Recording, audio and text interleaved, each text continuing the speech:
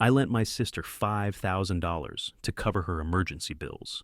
A week later, she was on Instagram, showcasing designer bags. "Relax, you'll survive," she texted. I didn't reply, letting her think she had won. Every morning, I woke up to 30 missed calls. I never imagined I'd be that guy posting on Reddit about family drama, but here I was, staring at my phone while my sister Lily's Instagram story looped endlessly. There she was, surrounded by Gucci bags, captioning it, "Treat yourself," with the money she claimed she needed for urgent bills. Let me rewind 3 weeks. It was around 11 p.m. when Lily called, sobbing so hard I could barely comprehend her.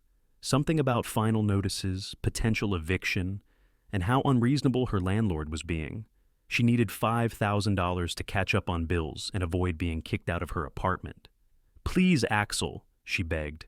"I don't know who else to turn to. Mom and Dad are already helping with my car payments, and I can't bear to stress them out more. I'll pay you back with my next few paychecks, I promise." I sat in my dark living room, watching my reflection in the TV screen, feeling that familiar urge to protect my little sister. Lily had always been the family baby, the one everyone rushed to assist, but something felt off this time. "What happened to your savings?" I asked. "Didn't you just get that bonus you were bragging about last month?" "Medical bills," she quickly replied. "Remember my weird stomach issue? Insurance didn't cover everything, and then everything else just snowballed. I should have pressed harder, should have asked for proof of those bills, should have listened to that nagging voice in my head telling me something didn't add up. But it was late, I was exhausted, and the thought of my sister being evicted was too much to bear. "I'll transfer the money tonight," I said. "But Lily, I need this back. I'm not Mom and Dad. I can't just write this off." "Oh my God, thank you, thank you. You're literally saving my life," she exclaimed, practically singing. "I'll start paying you back next month, I swear. $500 every month until it's done. You're the best brother ever." I sent the money immediately. She sent back a screenshot of her confirmation receipt, followed by a flurry of heart emojis and "I love yous." That should have been the end of it. Fast forward to today. I was scrolling through Instagram on my lunch break when I spotted her story. At first I thought I was imagining things, but no, there was my sister, in what looked like a high-end shopping mall, surrounded by luxury shopping bags. The timestamp showed it was posted 2 hours ago. My hands trembled as I continued watching her story. There was a close-up of a Gucci bag, an early birthday present to herself, a mirror selfie with a new designer coat, winter ready, and several shots of her and her friends at an expensive-looking restaurant. "Ladies who lunch." I texted her immediately. "Care to explain the shopping spree? What happened to the emergency bills?" 3 dots appeared, disappeared, then appeared again. Finally, she replied, "Oh my God, don't be dramatic. I needed to treat myself after all that stress. Relax, you'll survive. It's not like you're hurting for money." I stared at my phone, blood pounding in my ears. 10 years of working my ass off, living below my means, and saving carefully. And my sister thinks that gives her the right to blow my money on designer bags. Another text from her pops up. "Besides, I told you I'd pay you back. Why do you care what I spend it on? Not everything has to be about being responsible all the time." I don't reply. What's the point? She clearly doesn't see anything wrong with her actions. Instead, I open my banking app and take a screenshot of the transfer from 3 weeks ago, then capture her Instagram story. I create a folder on my phone labeled Lily Loan and save everything there. Something tells me I'm going to need it. My phone buzzes again. More texts from Lily. "Hello? Don't ignore me. You're being really childish, Ren. I can't believe you're making such a big deal about this." "Fine, be that way. Mom always said you were too uptight about money." I mute the conversation and flip my phone face down on my desk. The rest of my lunch break passes in a haze of anger and disbelief. By the time I get home that evening, I have 17 missed calls from Lily and a voicemail from my mom asking why I'm harassing my sister about money. The worst part? This isn't even the first time Lily has pulled something like this. It's just the first time she's been foolish enough to post evidence on social media. As I sit here typing this, I'm realizing there's a pattern I've been ignoring for years. The emergencies that always seem to arise when she knows someone has cash. The guilt trips, the way she manages to turn herself into the victim when called out. My phone continues to buzz. Lily has switched to messaging me on every platform she can think of. Now, Mom is texting too, saying we need to talk this out as a family. Dad just sent a single message. Give me a call when you can. I'm not calling anyone tonight. Instead, I'm making copies of everything. The transfer, the texts, the Instagram posts. I've seen enough Reddit posts to know where this might lead. Small claims court isn't my first choice, but I'm done being the reliable brother who can be guilted into financial submission. Just got another Instagram notification. Lily has posted again. This time it's a throwback photo of us as kids, accompanied by a sappy caption about always being there for each other. The manipulation is so blatant it would be amusing if it weren't so infuriating. I think I need some advice, Reddit. Am I overreacting? Should I chalk this up to an expensive lesson about lending money to family? Or should I pursue this legally and risk shattering my entire family dynamic? Because right now, all I can think about is how many more emergencies my sister will have in the future, and how many more family members she'll try to guilt into funding them. Update 1. First, thank you all for the overwhelming support on my last post. I wasn't expecting it to blow up like that. A lot has happened in the past week, and none of it is good.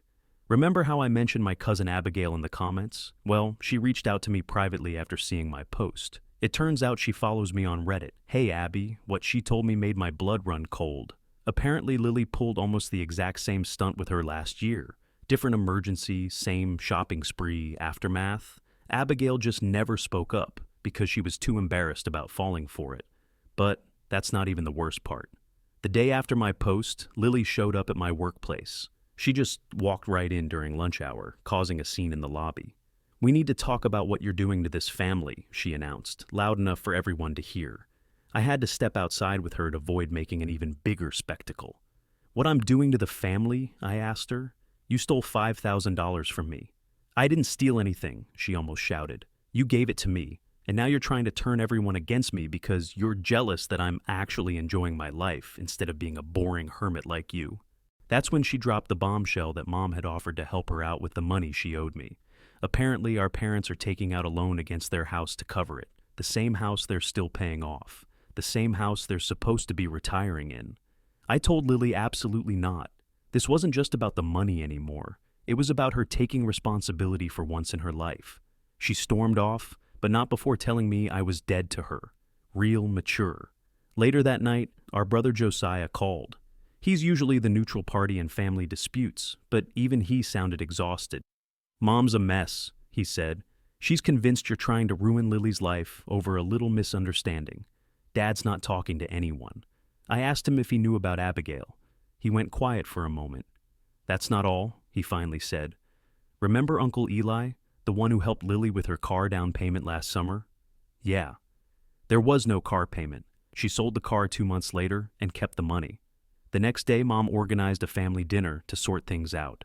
I didn't want to go, but Josiah convinced me it would be worse if I didn't show up. He was wrong. The dinner started tense and went downhill from there. Dad sat at one end of the table, staring at his plate. Mom kept trying to play peacemaker, while simultaneously guilting me about holding grudges. Lily spent the first 20 minutes on her phone, ignoring everyone. Then she started in on childhood grievances. You were always Mom and Dad's favorite, she said, putting her phone down. Everything was always so easy for you. Perfect grades, perfect job, perfect life. Do you know how hard it is being your sister? Nothing I do is ever good enough. I couldn't believe what I was hearing. This isn't about childhood favorites, Lily. This is about you lying to get money from me and then spending it on designer bags. See? She turned to Mom, tears beginning to form. He's always looked down on me like this, always judging how I spend my money. My money, I corrected her. You spent my money. Oh, please, like you can't afford it. You're just mad because for once I'm not living by your rules. That's when Dad finally spoke up. Lily, enough. His voice was quiet but firm. What you did was wrong, period. The look of betrayal on Lily's face would have been comical if it weren't so tragic. She turned to Mom, expecting backup, but even Mom looked uncomfortable now. I can't believe this, Lily said, standing up. You're all against me. Fine, I don't need any of you. She grabbed her bag, Gucci, naturally, and stormed out. Mom started to get up to follow her, but Dad stopped her with a hand on her arm. Let her go, he said. This has gone on long enough. The rest of dinner was silent and awkward. As I was leaving, Dad pulled me aside. I'm filing the small claims court paperwork tomorrow, he said quietly. I know you've been thinking about it. I'll be your witness. I started to protest, but he cut me off. Son, sometimes loving someone means letting them face consequences. Your mother won't like it, but she'll understand eventually. That was 3 days ago. This morning, I was served with screenshots of every embarrassing photo, text message, and social media post Lily could find from the past decade. She's threatening to expose me if I don't drop the whole thing.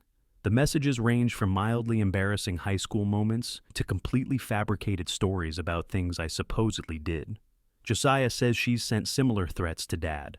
Abigail's gotten them too, just for talking to me. Even our youngest cousin received a message asking for dirt on me. I'm not backing down. The small claims paperwork is filed, and I have a folder full of evidence that would make any judge's job pretty straightforward. But, I have to admit, watching my family tear itself apart over this is harder than I expected. The weirdest part? In between the threats and tantrums, Lily keeps posting these sugary, sweet throwback photos on Instagram. Family is everything, she captions them, as though she's not simultaneously trying to destroy everyone who won't enable her anymore. I guess my question now is, how do you handle someone who sees themselves as the victim even while they're actively victimizing others? Because at this point, I'm not sure if winning in court will fix anything at all. Update 2. I genuinely thought this situation couldn't get more absurd. Then I woke up to a voice note from Lily this morning that had me questioning reality. Hey, so I've been thinking, she started, sounding unusually chipper. I know you're upset about the money thing, but I actually have a really amazing opportunity for you. I have over 50,000 followers now, and my engagement rate is literally insane. I could promote your work to my audience. That's way more valuable than $5,000 if you think about it. We could just call it even. I played it 3 times to make sure I wasn't hallucinating. Then I did something I probably shouldn't have. I actually looked into her Instagram analytics. It turns out my cousin Josiah works in social media and has access to tools that can analyze accounts.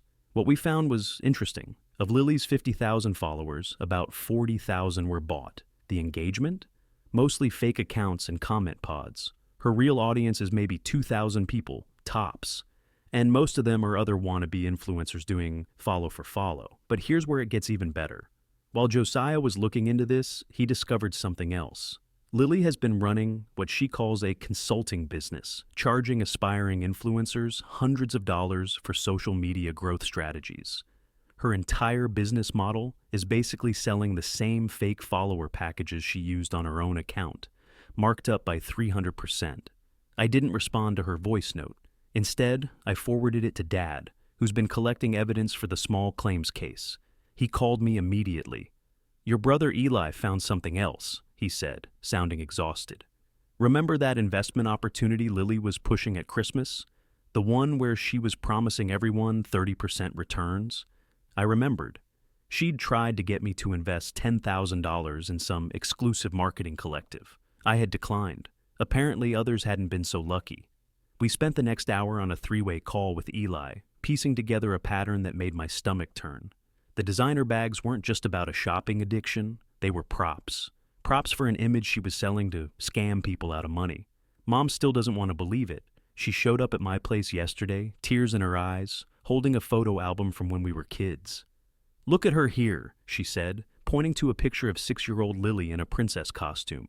She was such a sweet girl. Where did we go wrong? I didn't have the heart to tell her that the sweet girl had just DM'd me, threatening to tell everyone about my supposed secret gambling addiction, which doesn't exist if I didn't drop the court case. Speaking of the court case, we had our first hearing date set.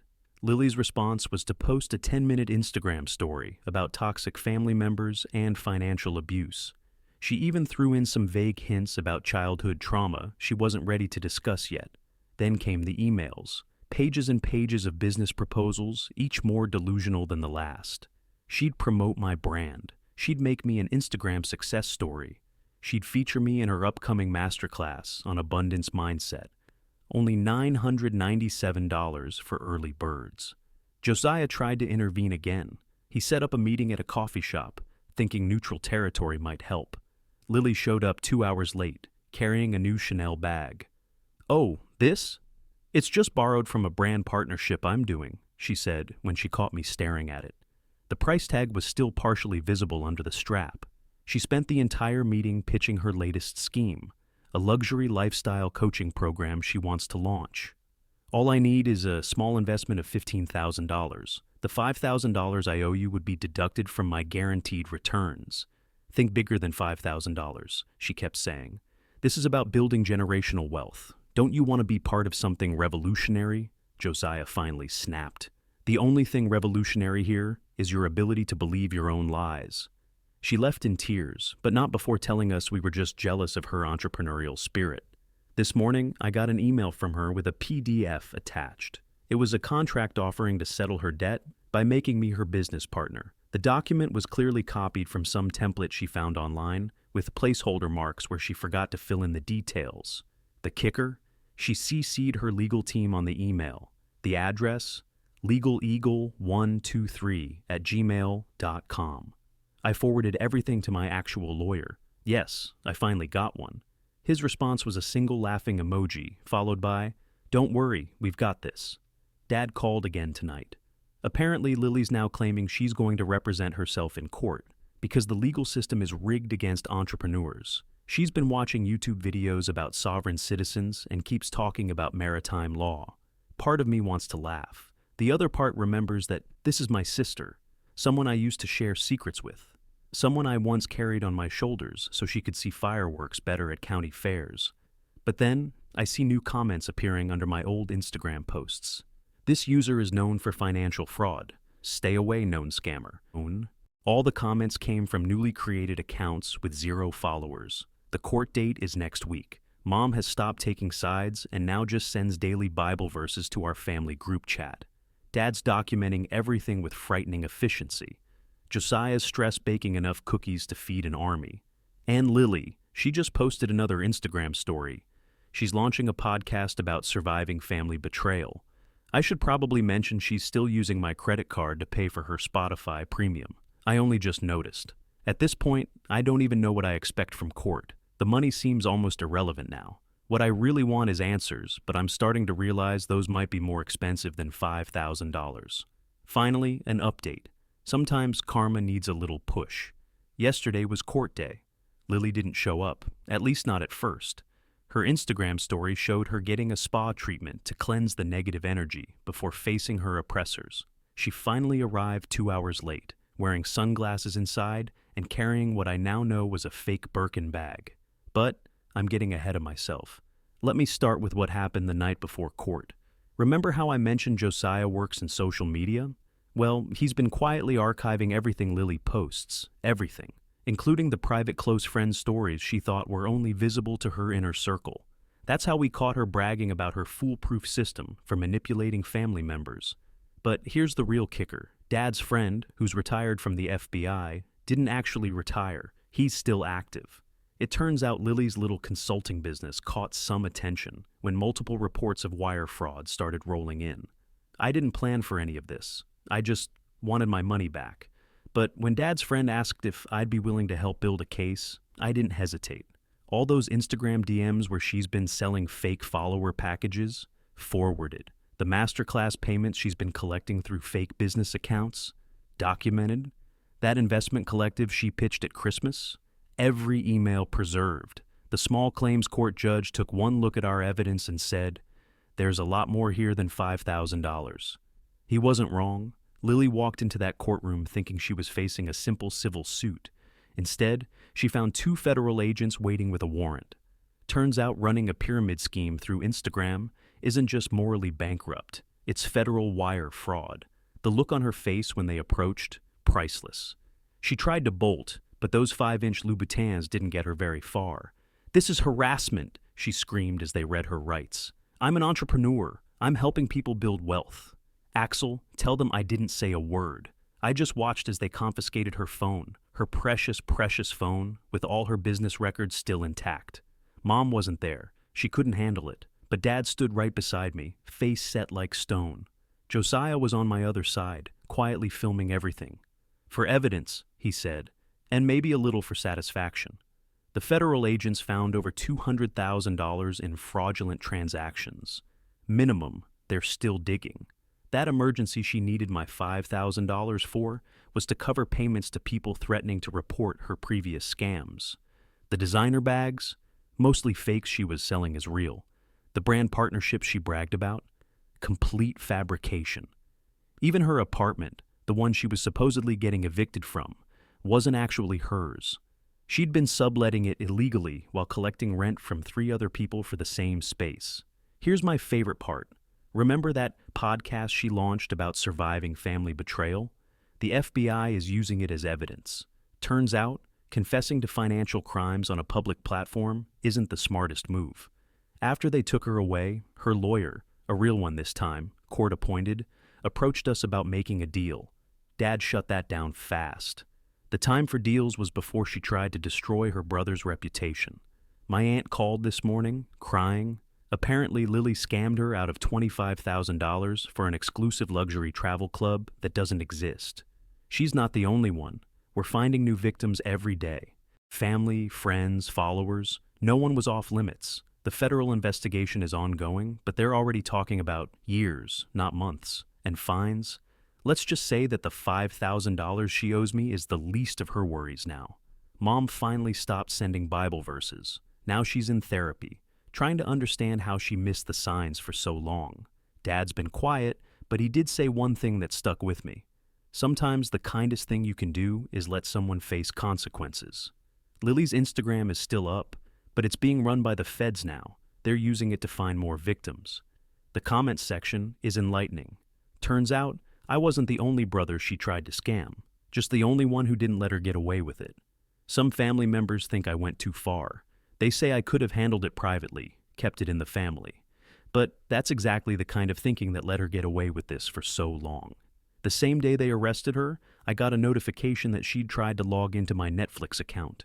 Even in handcuffs, she was still trying to take whatever she could get.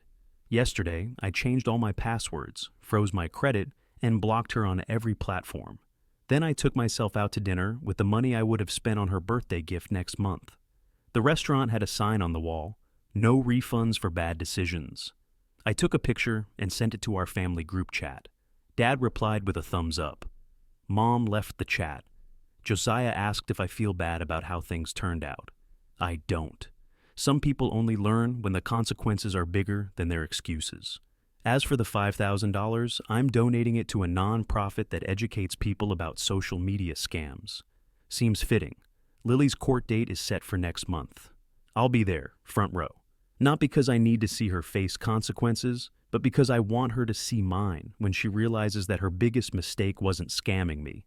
It was thinking I wouldn't fight back.